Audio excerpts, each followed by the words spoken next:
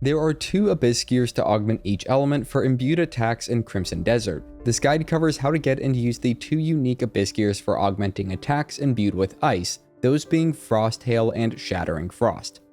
Unfortunately, neither of these Abyss Gears are easy to get. For Frost Hail, we'll need to complete the main questline up through the end of Chapter 7.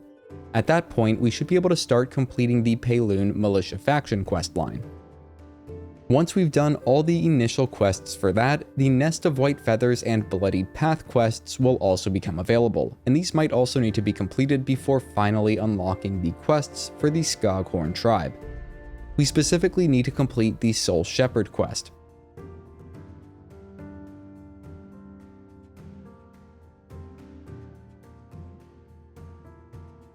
After going to speak with some NPCs at Skoghorn Farm to start the quest, we'll then need to go west up into the mountains.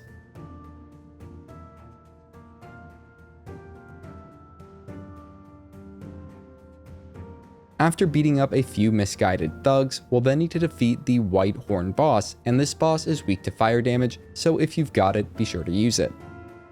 Defeating Whitehorn will get us the Frost Hail Abyss Gear along with some other goodies. Also, if we go a bit further west into the small alcove, we can find the unique Chill Fallen sword. The Shattering Frost Abyss Gear requires a lot more legwork to get, but we will also get other great rewards along the way. We ultimately need to get and complete the Frozen Eldertree House Celeste quest, which requires completing a bunch of other Hernand faction quests. I'll give a brief summary of the order in which these questlines are unlocked and must be completed.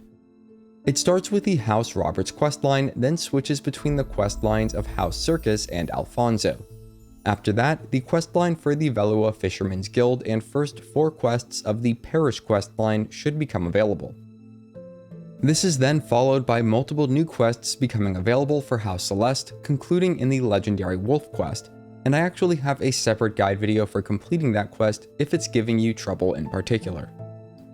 Once that has been completed, the questline for Beggar's Alliance, then House Grace, and Kuranzo Troll Alliance will become available in that sequence of completion.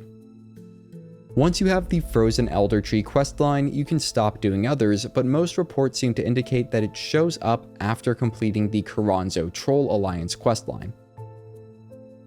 In any case, with the Frozen Eldertree quest, we can head northwest of Castle Hernand to find the Eldertree in the mountains south of Sage's Peak. There, we will need to face off with Gwen Kraber. Defeating her will get us the Icewing Plate Armor, which is embedded with the Shattering Frost Abyss Gear. Also, be sure to go grab her spear before leaving the area. Now let's talk about how to use and get the most out of these 2 Abyss Gears. First, we should head to any of the several witches in the game that can extract and embed Abyss Gears, and we can have her extract the gears from any pieces of armor that they might be embedded in. Next, I recommend embedding both gears into a single pair of gloves or boots. The reason why I like doing it this way is that we then have a dedicated piece of gear that we can switch to for when we want to use attacks imbued with that element. I also have a dedicated pair of gloves for when I want to use lightning imbued attacks and a pair of gloves for when I want to use fire imbued attacks.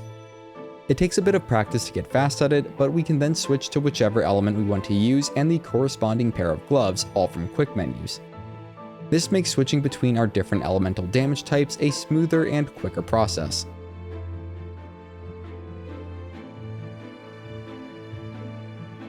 Now, being able to do all of this depends on 2 things.